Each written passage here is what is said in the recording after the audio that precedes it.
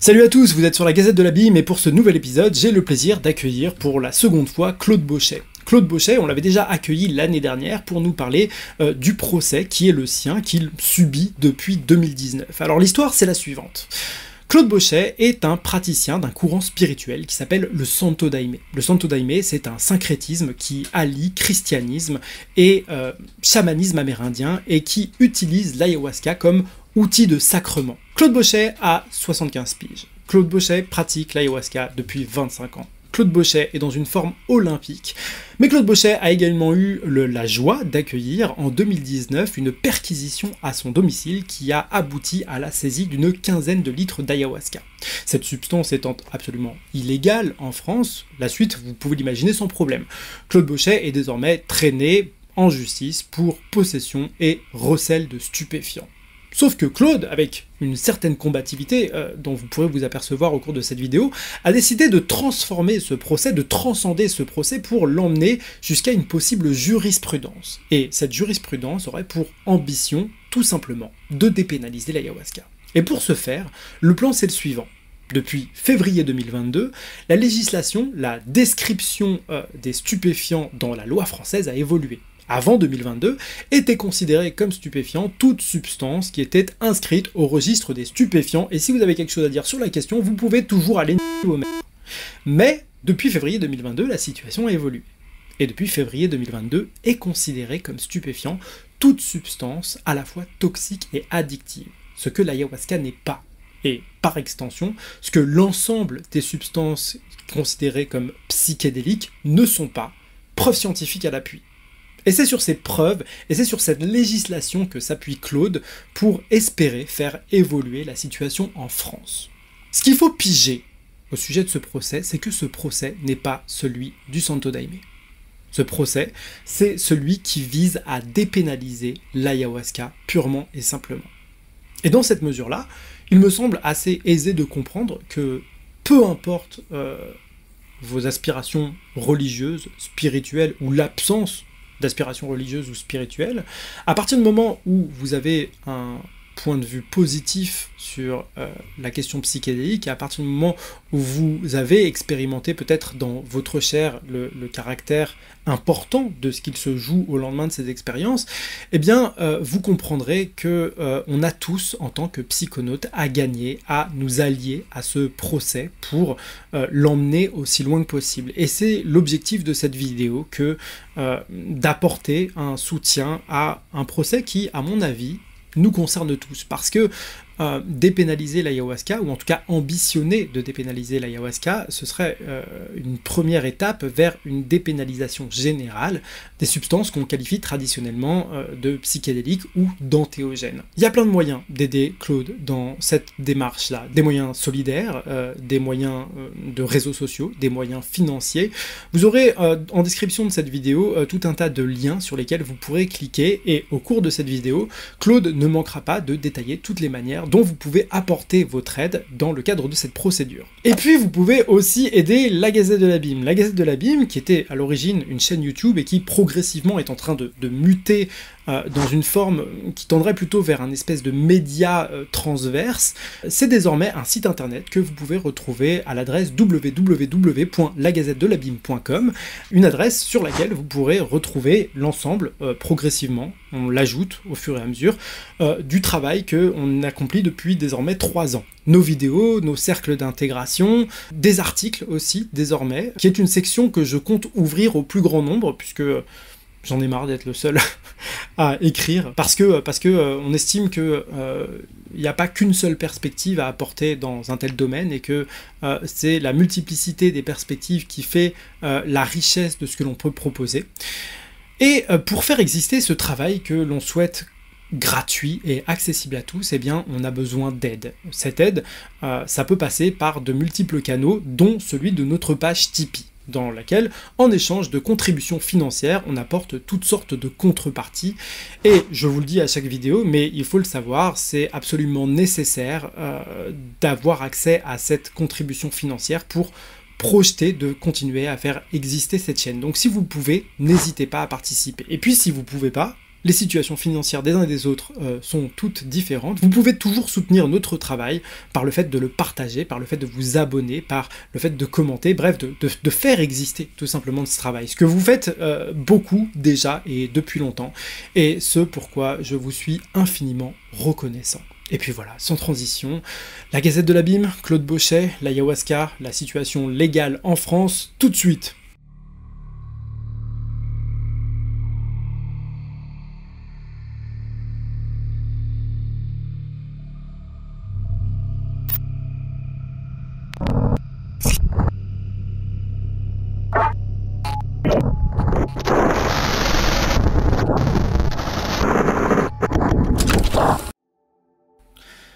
Bonjour Claude, Claude Bochet, heureux de t'avoir une seconde fois sur la chaîne, j'espère que tu vas bien.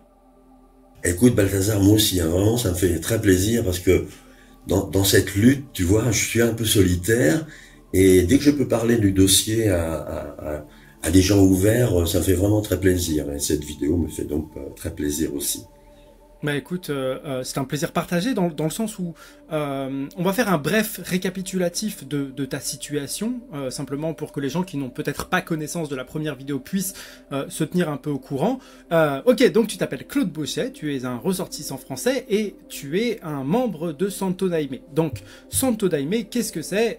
C'est un courant spirituel syncrétique qui associe un chamanisme amérindien et le christianisme européen, et qui utilise comme sacrement cette potion que les suiveurs de la Gazette de l'Abîme connaissent très probablement, qui s'appelle l'ayahuasca, en fait, et qui est une potion visionnaire, dotée d'un grand nombre de pouvoirs, y compris celui d'entrer en contact avec une dimension qu'on pourrait qualifier de spirituelle.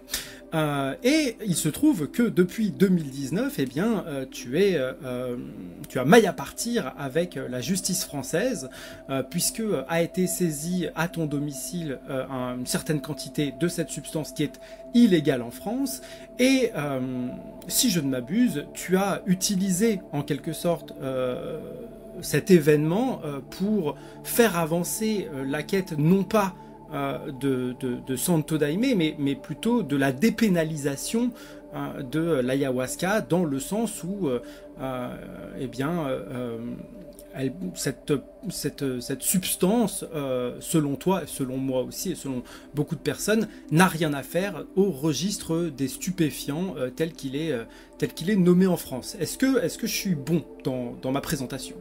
Écoute, oui, hein, vraiment, tu as bien raconté l'histoire, hein, parce que, bon, c'est vrai que le Santo Daime, en fait, c'est un syncrétisme de christianisme et de chamanisme à travers l'ayahuasca, qui est la boisson des Indiens, des Amérindiens. Donc, c'est tout à fait ça.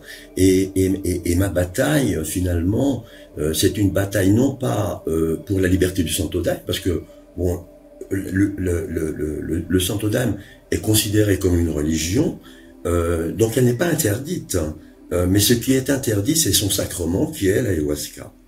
Et donc moi, ça fait 20 ans que je suis en bagarre sur cette histoire. J'ai déjà fait 3 semaines de prison, bon, je l'ai raconté dans la première vidéo, et donc j'ai pas du tout envie de lâcher le morceau.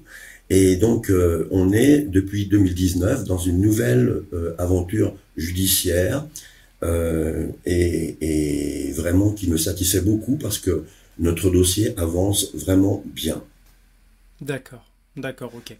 Donc ce qui me semble être important à comprendre pour les personnes qui nous suivent, c'est que en quelque sorte, sur le plan judiciaire, le mouvement religieux auquel tu appartiens est au second plan. Ce que tu essayes ce à quoi tu essayes d'aboutir par le biais de cette procédure, c'est à la dépénalisation de l'ayahuasca en France. Oui, C'est bien ça? oui, voilà, c'est ça. C'est-à-dire que, bon, pour être très honnête, au départ de cette bataille, on s'est dit, bon, on a la liberté religieuse pour nous. Mais seulement, le ministère de Santé, quand il a classé la plante, évidemment, l'effet collatéral de ça, c'est que notre religion est interdite. Donc maintenant, maintenant, l'argument religieux n'a pas d'importance. Ce qui compte, c'est l'argument scientifique pour démontrer au ministère de la Santé que nos deux boissons n'est pas une drogue. Et en ça, on a été aidé énormément par les gens du CBD qui ont interrogé le Conseil constitutionnel en demandant au Conseil constitutionnel qu'est-ce que c'est qu'un stupéfiant. Parce que avant, il n'y avait pas de définition de ce qu'était un stupéfiant. Mon avocat, mon ancien avocat me disait « Ah, vous voulez savoir ce que c'est qu'un stupéfiant ?» Eh bien, un stupéfiant, c'est ce qui est inscrit sur la liste des stupéfiants. Et il disait « C'est stupéfiant ». Voilà. Oui, c'est-à-dire qu'en quelque sorte, à l'heure actuelle, jusqu'à une transformation de la législation qui, me semble-t-il, a eu lieu en février 2022, était considéré comme stupéfiant ce qu'un groupe institutionnel avait décidé d'inscrire à la liste des stupéfiants, point barre, circuler, il n'y a rien à voir, quoi. Exactement, de l'arbitraire total, le fait du prince. On décide de classer la farine comme stupéfiant. Bon, amen, ces messieurs ont classé, ils ont raison, c'est la science. Hein. Donc non, on veut absolument sortir de ça. D'accord. Sauf que la science est justement du côté de ce que tu essayes d'avancer. Et par ailleurs, la législation française qui, me semble-t-il, depuis février 2022, a transformé la qualification de stupéfiant. Exactement. Maintenant, donc on a cette jurisprudence est très très importante. Je pense que c'est le 19 janvier 2022, le Conseil constitutionnel a défini donc ce que c'est qu'un stupéfiant. Est stupéfiant ce qui est toxique et addictif. Or, l'ayahuasca, nous avons les preuves scientifiques que l'ayahuasca n'est ni addictif ni toxique. Donc il y a déjà ma partie judiciaire à moi qui suis impliqué je suis accusé de usage et trafic de stupéfiants avec l'ayahuasca qui est inscrit sur la liste. Mais du coup, de ce que je comprends de ta situation, puisqu'on a eu l'occasion d'échanger à ce sujet-là avant l'enregistrement de cette vidéo, c'est que ce serait peut-être l'occasion de faire jurisprudence. Oui, c'est ça. C'est-à-dire que oui, c'est ça. Je voulais dire, c'est que il y a mon procès judiciaire qui va arriver, je ne sais quand, puisque j'ai été arrêté le 1er octobre 2019 et on est bientôt en octobre. Et donc, en octobre, ça fera 4 ans. Donc, c'est un délai qui est complètement anormal. Donc, bref, de toute façon, notre dossier est prêt. Chaque jour qui passe, nous n'avons que des nouvelles positives. Donc, qu'est-ce qu'on a? Parce que, effectivement, dans ce procès judiciaire, si je gagne mon procès, et on a des arguments pour gagner mon procès, l'ayahuasca ne va pas être déclassé pour autant.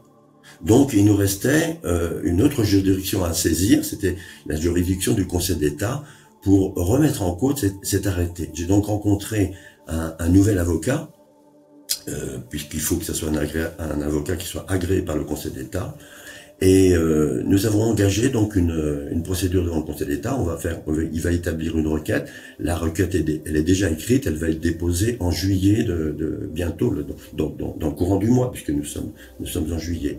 Donc cet avocat est très très optimiste parce que avec cette jurisprudence du CBD et avec la définition donc de ce qu'est un stupéfiant, il pense que vraiment on a beaucoup de chances d'obtenir une réponse favorable du Conseil d'État, avec ce risque que le ministère de la Santé puisse classer l'ayahuasca sur une autre liste que la liste numéro 1. Alors, quelle est cette liste? On n'en sait rien. Donc, vraisemblablement, le ministère de la Santé va réagir.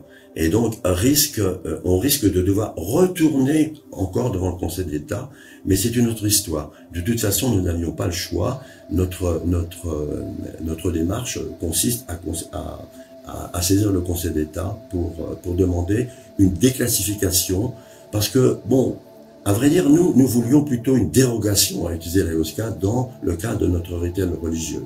Mais, comme m'a dit l'avocat, cette décision, elle incombe au ministère de la Santé. Et le ministère de la Santé a montré depuis plus de 20 ans qu'il ne voulait pas parler avec vous. Donc, il ne reste plus qu'à demander la déclassification. Et si le ministère de la Santé met l'ayahuasca sur notre liste, il nous restera encore à attaquer cette nouvelle liste. Donc, on est parti pour une longue bataille. Ok.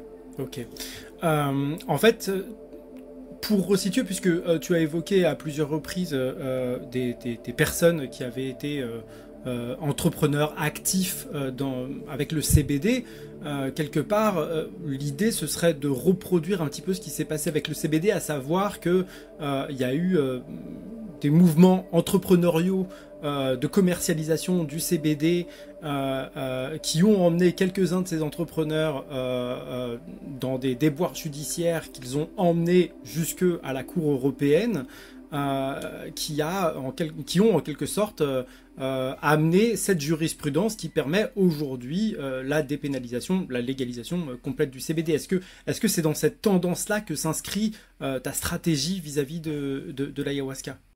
Ah ben oui, parce que nous ce qu'on veut faire, c'est prouver scientifiquement que l'ayahuasca n'est ni toxique ni addictif, donc qu'elle n'a rien à voir, qu'elle n'a rien à faire sur la liste des produits stupéfiants. Et je vois pas comment la justice française pourrait nier une évidence, parce que nous avons des tas d'études scientifiques. Il y a pléthore aujourd'hui d'études scientifiques. On en a même trop. On est obligé de sélectionner les meilleurs, etc. Donc, je vois pas comment la justice française pourrait dire eh ben oui, c'est vrai, l'ayahuasca n'est pas addictif et n'est pas toxique. Donc vraiment, c'est un combat très important pour la France et pour l'Europe, parce que si on perd cette procédure, alors là, c'est la porte ouverte à toutes les prohibitions possibles en concernant les psychédéliques. Donc c'est un combat très important pour la France, pour l'Europe et pour le monde entier, je dirais. Bon, et pour la liberté de chacun à explorer sa conscience comme il l'entend, en réalité. Exactement. Donc devant le Conseil d'État, bon, l'argument religieux, c'est un peu, comme je dis, c'est la cerise sur le gâteau, parce qu'en fait, on aborde la question scientifique en disant l'ayahuasca, non, n'est pas un stupéfiant, et en plus, quand vous prohibez l'ayahuasca, non seulement vous prohibez l'ayahuasca, mais vous prohibez une religion, parce que dans le Santo Daime, notre sacrement est inséparable de notre rituel. Bien entendu. Et du coup, quels sont les points forts de votre dossier? Quels sont à partir de quoi est-ce que vous structurez ce dossier? On sait qu'il y a justement ce changement de qualification des stupéfiants. Il y a la pléthore de données scientifiques qui démontrent l'absence de toxicité, voire même un certain nombre d'améliorations rendues possibles par l'expérience de l'ayahuasca quand celle-ci est effectuée avec le sérieux et la révérence qui lui est due. Est-ce qu'il y a d'autres choses à savoir? Non, c'est évidemment. D'ailleurs, par exemple, on fait plein de choses. Alors, on travaille beaucoup avec l'ICERS. Je ne sais pas si tu connais l'ICERS, c'est une ONG qui est basée à Barcelone, qui nous aide de façon magistrale. Et l'ICERS nous appuie depuis le départ dans notre dossier. Et donc avec eux, on a mis au point un questionnaire de santé sur les utilisateurs d'ayahuasca en France.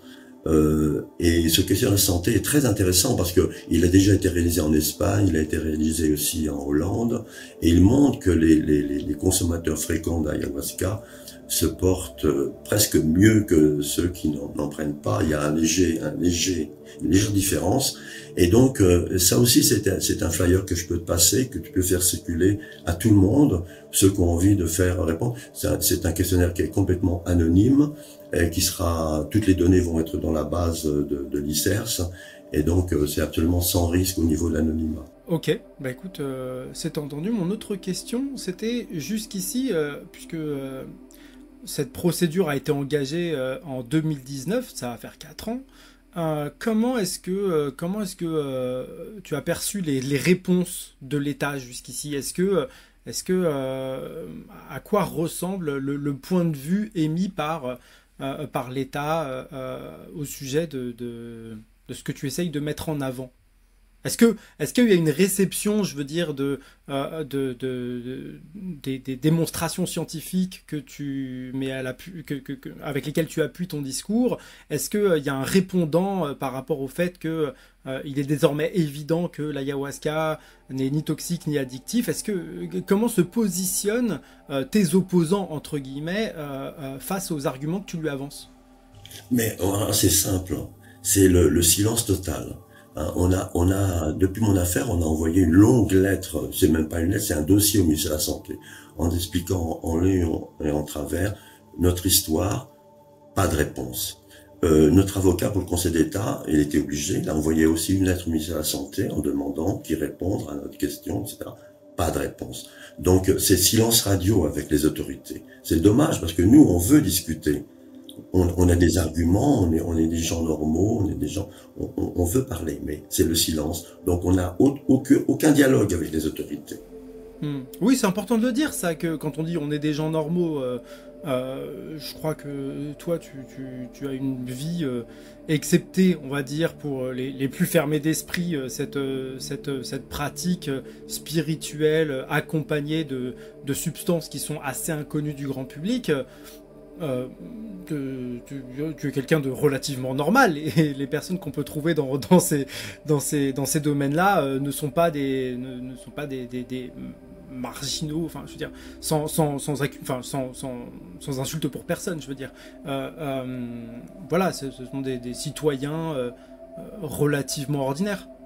Moi, mon histoire, elle est très simple. Bon, j'étais chef d'une petite entreprise dans les télécommunications.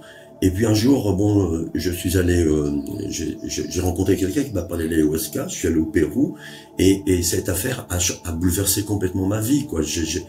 Ça n'a pas changé ma vie, mais ça a changé mon point de vue sur la vie. Donc j'ai dû m'adapter à ce nouveau point de vue. Et ça fait 20 ans que je prends l'ayahuasca et pour moi, c'est à chaque fois une très grande découverte. Et c'est un profond voyage intérieur.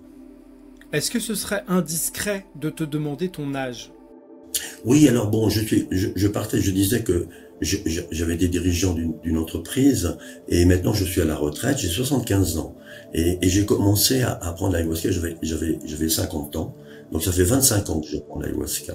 Ok, donc on peut avoir 75 ans, avoir 20 ans de consommation d'ayahuasca dans les pattes et aller bien. Ah oui, parce que bon, point de vue de ma santé, ça va très très bien. Et ce dossier me passionne, donc tout va bien. Eh ben écoute, non mais c'est important, je pense, de le dire.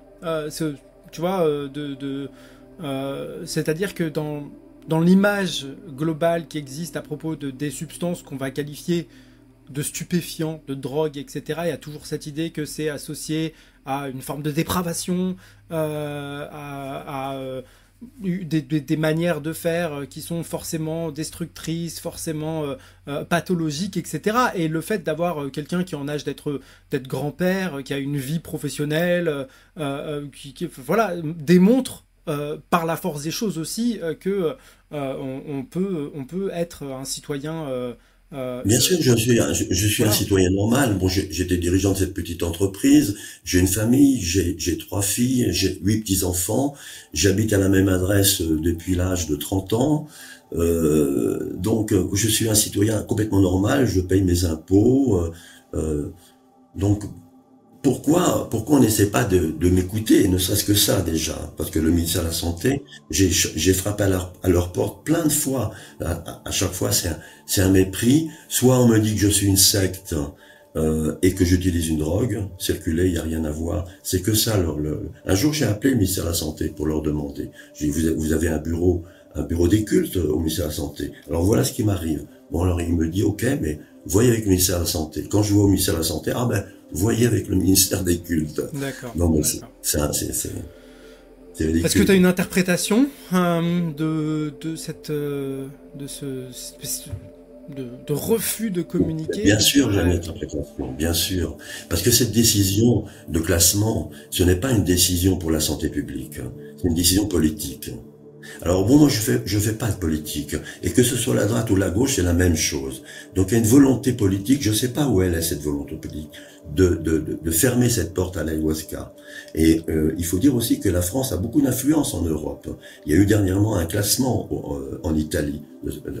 Alors il est temps vraiment de pouvoir parler et de façon à décriminaliser l'ayahuasca. L'ayahuasca n'est pas un stupéfiant si elle est bien utilisée. L'ayahuasca, je parle toujours de l'ayahuasca ritualisée. Comment est-ce que tu imagines que, à défaut d'une réponse de l'État, comment est-ce que le mouvement populaire pourrait t'aider? on pourrait aider globalement cette cause, parce que il faut bien comprendre que si l'ayahuasca est ton sacrement, la porte ouverte par une potentielle avancée dans le domaine de l'ayahuasca aurait très probablement des répercussions sur l'ensemble des substances qu'on peut qualifier d'antéogènes, de psychédéliques, et qui ont toutes, on va dire, peu ou prou un mode de fonctionnement similaire au niveau neurologique, au niveau physiologique, au niveau chimique. Donc je pense que ça concerne toutes les personnes qui s'intéressent à la question psychédélique au-delà de l'ayahuasca uniquement. Comment est-ce que ces personnes-là pourraient aider cette cause? Ah ouais, bon, c'est ça. Bon, je pense qu'au niveau juridique, on a vraiment tous les dossiers, et on continue encore de travailler. Maintenant, on est dans une phase un peu de médiatisation. Bon, il y a plusieurs articles qui vont sortir, qui vont être intéressants, mais surtout ce dont on n'a plus le besoin, c'est vraiment d'un soutien financier. On a mis en place un crowdfunding. Les coûts financiers sont importants. Bon, c'est marqué sur le crowdfunding. Bon, c'est surtout ça qu'on a besoin. Et puis aussi, surtout des encouragements.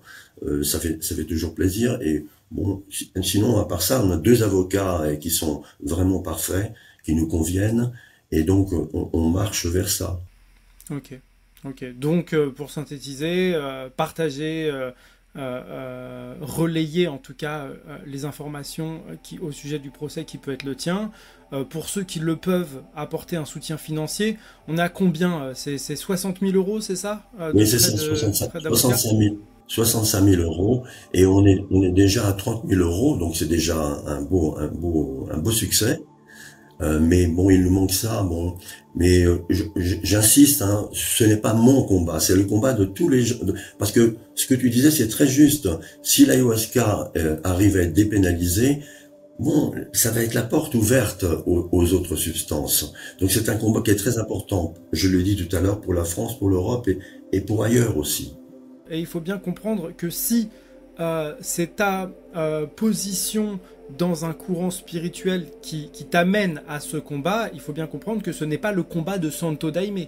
Il faut bien comprendre que c'est le combat pour la dépénalisation d'une substance dont on connaît les bénéfices lorsqu'elle est abordée avec le sérieux qu'elle mérite. Voilà. Ben, tout à fait, parce que là, maintenant, on est en face du ministère de la Santé. Donc, on est sur le terrain scientifique. C'est comme si c'était l'héroïne. En fait, c'est pareil. C'est comme si... Alors, il nous faut absolument discuter avec le ministère de la Santé pour régler cette question. Mais bon, comme ils ne veulent pas discuter avec nous, nous n'avons plus que la justice. Bah écoute, j'en profite à ce moment-là pour faire un appel à toutes les personnes qui suivent cette chaîne, à toutes les personnes qui s'intéressent à la question psychédélique en général, de vous intéresser peut-être au combat judiciaire que mène Claude, dans le sens où c'est une potentielle avancée parmi d'autres qui essayent de se mettre en place, mais c'est uniquement, je pense, en faisant corps autour des moments où quelque chose peut se passer, que quelque chose peut effectivement se passer. Donc voilà, l'appel est lancé. Si vous le pouvez, relayez, partagez, essayez de financer, si vous en avez les moyens, le crowdfunding pour que les frais d'avocat puissent être honorés. Et voilà, c'est comme ça que les choses marchent en général. Donc, ok. Est-ce que tu as envie d'ajouter quelque chose, Claude? Non, je crois que tout a été dit. J'ai rien d'autre à rajouter. Et l'espérance pour gagner notre victoire, c'est sûr.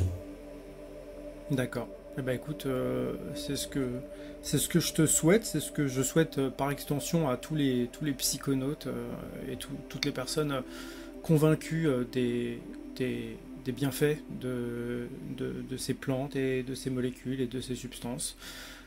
Merci d'être venu sur la chaîne. Je pense qu'on peut s'arrêter maintenant. Et puis, on mettra évidemment tous les liens utiles dans la description de la vidéo, c'est-à-dire les données scientifiques auxquelles tu fais référence, enfin toute la documentation que tu m'as transmise pour que chacun puisse se faire une idée. Et puis espérons que les choses, enfin que cette vidéo et que ton combat puisse être relayé autant que possible, quoi. D'accord, merci beaucoup. Avec plaisir, Claude. Allez, ciao. À bientôt.